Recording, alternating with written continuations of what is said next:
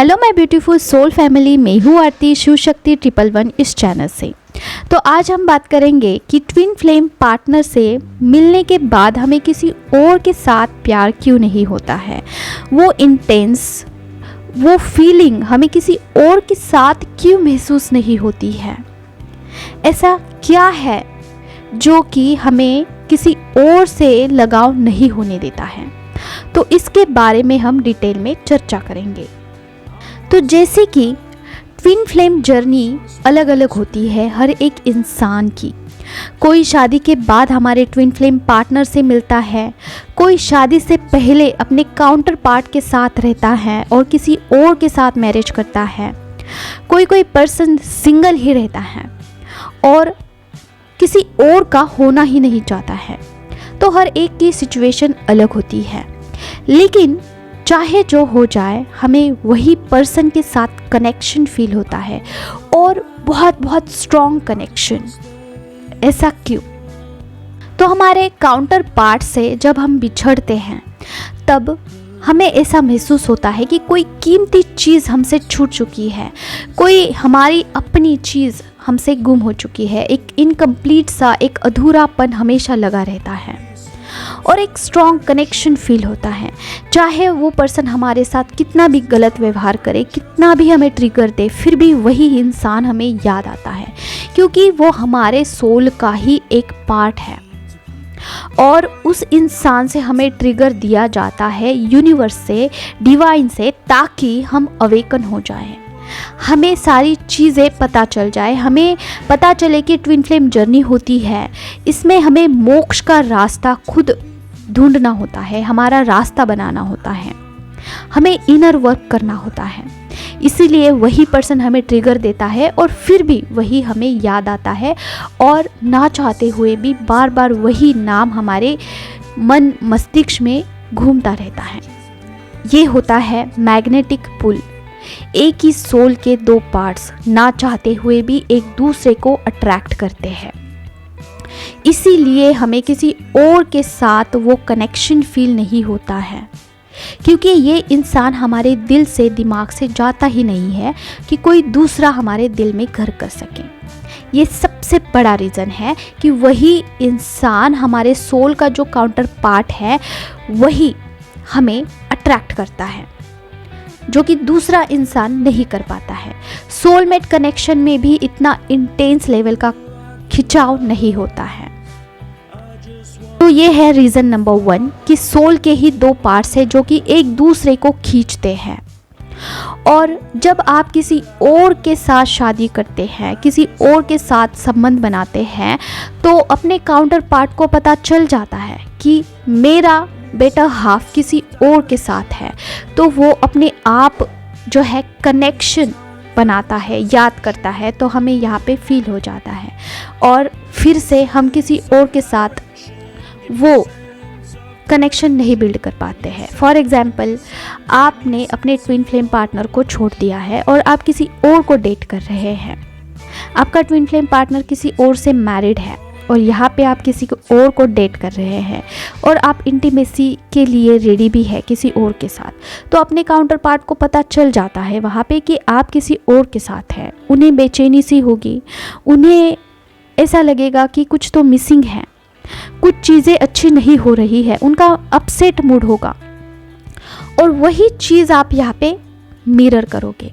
तो आपका भी उस करंट पार्टनर में बिल्कुल भी इंटरेस्ट नहीं रहेगा, आप कनेक्शन ही नहीं बिल्ड कर पाओगे। अगर आपका करंट पार्टनर, मतलब कि किसी और के साथ आप डेटिंग करते हो, वो अगर आपसे प्यार से बात भी करता है, वो अगर आपको बहुत केयर भी करता है, फिर भी आपका मूड अपसेट रहेगा। क्यों? क्योंकि आप एक दूसरे को मिरर करते हो, आप अपने ट्विन फ्लेम पार्टनर को मिरर करते हो। ये सबसे बड़ा रीज़न है कि आप किसी और के होते ही नहीं हो। आप किसी और पर्सन के साथ अपने काउंटर पार्ट जैसा कनेक्शन नहीं बिल्ड कर पाते हो। इसका रीज़न नंबर 2, देखिए, आप अपने ट्विन फ्लेम पार्टनर से वर्बली इतना कम्युनिकेशन नहीं करते हो जितना कि आप सोल लेवल पे करते हो। जैसे कि अगर आप यहाँ पे अपसेट हैं तो आपके काउंटर पार्ट, आपके ट्विन फ्लेम पार्टनर आपको बाखूबी पहचान लेते हैं कि आप क्यों अपसेट है, उसका पॉइंट पकड़ लेते हैं कि हाँ ये चीज़ आपके साथ घटित हुई है इसलिए आपका मूड अपसेट है, और वो आपको मनाने की कोशिश करेंगे बिना कुछ बोले, बिना कुछ डिमांड किए। ये होता है सोल लेवल पर कनेक्शन, ये होता है सोल लेवल पर अंडरस्टैंडिंग। लेकिन यही चीज़ किसी और स्पाउस के साथ, किसी और पार्टनर के साथ मिसिंग होती है।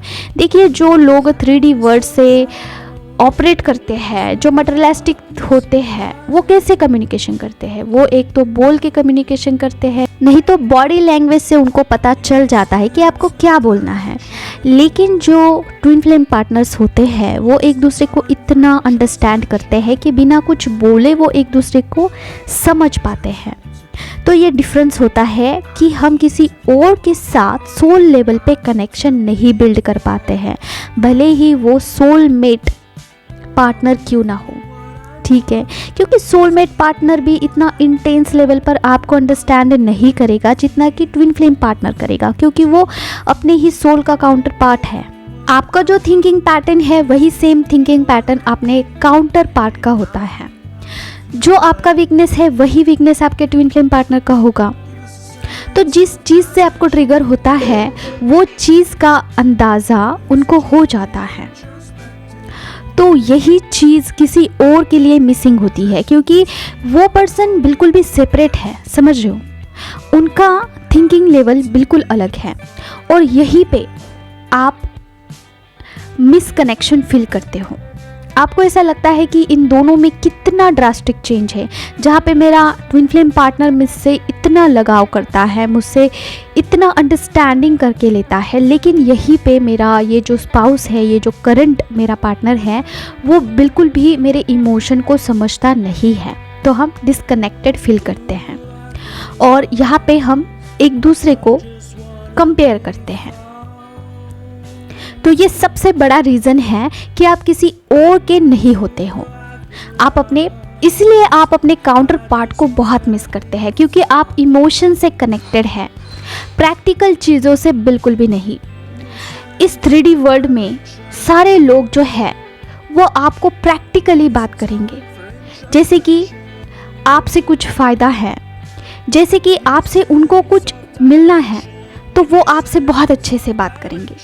अगर आपसे उनका स्वार्थ निकल गया फिर वो आपको इतना ज़्यादा अटैचमेंट नहीं देंगे जितना कि आपके काउंटर पार्ट आपको देते हैं, क्योंकि काउंटर पार्ट में कोई स्वार्थ नहीं होता है, कोई लेन देन का हिसाब नहीं होता है। वहाँ पे एक नेचुरल अट्रैक्शन होता है, एक खिंचाव होता है नेचुरल, बिना कुछ स्वार्थ के। तो ये रिश्ता किसी और के साथ कैसे तुल सकता है? उसके बाद 5D कनेक्शन एक बहुत बड़ा रीज़न है। जैसे कि आप 5D लेवल पे उनको टेलीपैथी कर सकते हैं, जैसे कि मिरर कर सकते हैं। अगर आपके काउंटर पार्ट किसी और के साथ खुश है तो आप यहाँ पे काफ़ी अपसेट मिस करोगे। जैसे कि आपके पर्सन मानो वहाँ पे अकेले बैठे हैं, आपको मिस कर रहे हैं, और यहाँ पे आप पूरे समुदाय के साथ बात कर रहे हैं, पूरे ग्रुप के साथ है, लेकिन फिर भी आपको एक अकेलापन सा महसूस होगा, एक तन्हाई सी। तो ये क्या है? ये 5D लेवल पर टेलीपैथी करना, 5D लेवल पर मिरर करना, ये बात होती है। क्या ये किसी और के साथ आपको महसूस होगा? बिल्कुल भी नहीं। और ये सबसे बड़ा रीज़न है कि आप किसी और के नहीं होते हो। आपके काउंटर पार्ट के साथ आप 5D लेवल पे एज अ कपल की तरह रहते हैं, जैसे किसी और यूनिवर्स में आप एक साथ रह रहे हैं, किसी और यूनिवर्स में आप एक दूसरे को बहुत खुश रख रहे हैं। इमेजिनेशन का एक अलग ही यूनिवर्स होता है जिसे हम 5D 5th डायमेंशन कहते हैं। वहाँ पे आप एज अ कपल की तरह रहते हैं। आप देखिए, कभी आपको बहुत ज़्यादा इंटीमेसी की एनर्जी फील होती होगी सडनली, और वो कंटिन्यू लगी रहती है, चाहे जो हो जाए। कंटिन्यू आपको ख्याल आएगा कि इंटीमेसी करना है अपने काउंटर पार्ट के साथ। तो ये क्या है? ये मिररिंग होता है। आपके पर्सन आपके लिए बहुत क्रेव कर रहे होते हैं, उनकी सोल आपके एनर्जी के लिए तड़प रही होती है और यहाँ पे आपको इंटीमेसी, बेहद इंटीमेसी फील होती है। ये 5D लेवल पे एज अ कपल की तरह रहने का एक सबसे बड़ा साइन है और यही रीज़न है कि आप 3D वर्ल्ड में किसी और पर्सन को अपना नहीं मानते हैं, भले ही वो आपका सोलमेट हो, कार्मिक हो या फिर कोई नॉर्मल सा रिलेशन क्यों ना हो।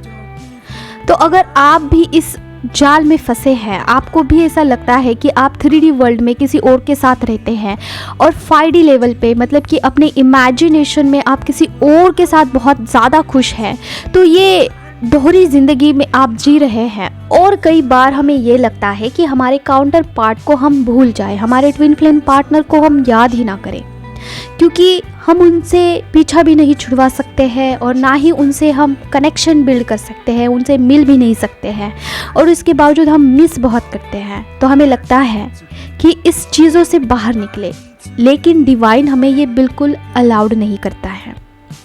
डिवाइन हमें उनका नाम हर जगह दिखाएंगे, नंबर्स की सिंक्रोनिसिटी होगी, कुछ ऐसी चीज़ें सामने आ जाएगी कि सडनली हमें उनकी याद आ जाएगी। तो ऐसा क्यों होता है? डिवाइन ऐसा क्यों करते हैं? हमें कनेक्शन में क्यों रखते हैं? मिरर से हम बच जाते हैं कॉर्ड कट करके, हम टेलीपैथी भी बंद कर सकते हैं, लेकिन डिवाइन उनसे हम नहीं बच सकते हैं। तो ऐसा क्या करें इसमें से हम बाहर निकले, इसके बारे में हम बात करेंगे। पहले ये जानना बहुत ज़रूरी है कि ये जर्नी हमें मिली क्यों है। देखिए, हर एक ट्विन फ्लेम पार्टनर का पैटर्न सेम है। पहले तो बबल फेस आता है, उसके बाद सोल शॉक दिया जाता है, सेपरेशन के बाद हमें dark nights of the soul से गुजरना पड़ता है, जहाँ पे हमें बहुत ट्रिगर्स मिलते हैं हमारे कार्मिक लोग जो हैं उनसे, और उसके बाद हमारी अवेकनिंग स्टार्ट होती है। फिर हमें पता चलता है इस जर्नी के बारे में, फिर हमें सारी चीज़ें समझ में आती है धीरे धीरे। तो ये सब कुछ जो हो रहा है ये आपको अवेकन करने के लिए हो रहा है। आप अवेकन हो जाएं, सारी चीज़ों को जान लें, आपके सोल को जो जानना है वो चीज़ें आपको पता चले, इसके लिए ये जर्नी आपको मिली है। तो धीरे धीरे आपको पता चल जाएगा इस जर्नी में आगे क्या करना है। फिलहाल हम ये जानते हैं कि इस दोहरी ज़िंदगी से कैसे बचें।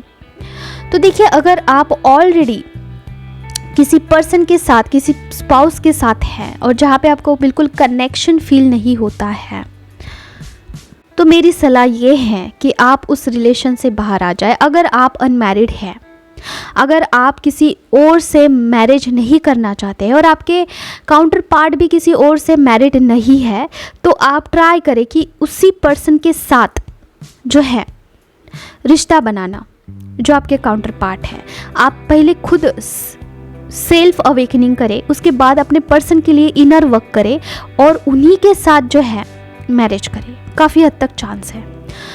और दूसरा, अगर आप ऑलरेडी किसी के साथ मैरिड हैं और उनके बच्चे भी हैं आपके साथ, ठीक है, तो आपको उस रिलेशन को एक्सेप्ट करना है, क्योंकि आपकी अवेकनिंग शादी के बाद हुई है। शादी और बच्चों के बाद आपको पता चला है कि ट्विन फ्लेम जर्नी होती है, ट्विन फ्लेम जर्नी में इस तरीके से कनेक्शन होता है।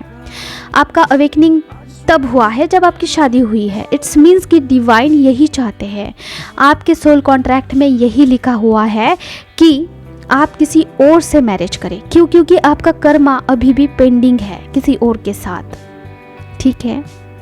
तो इस केस में क्या होता है?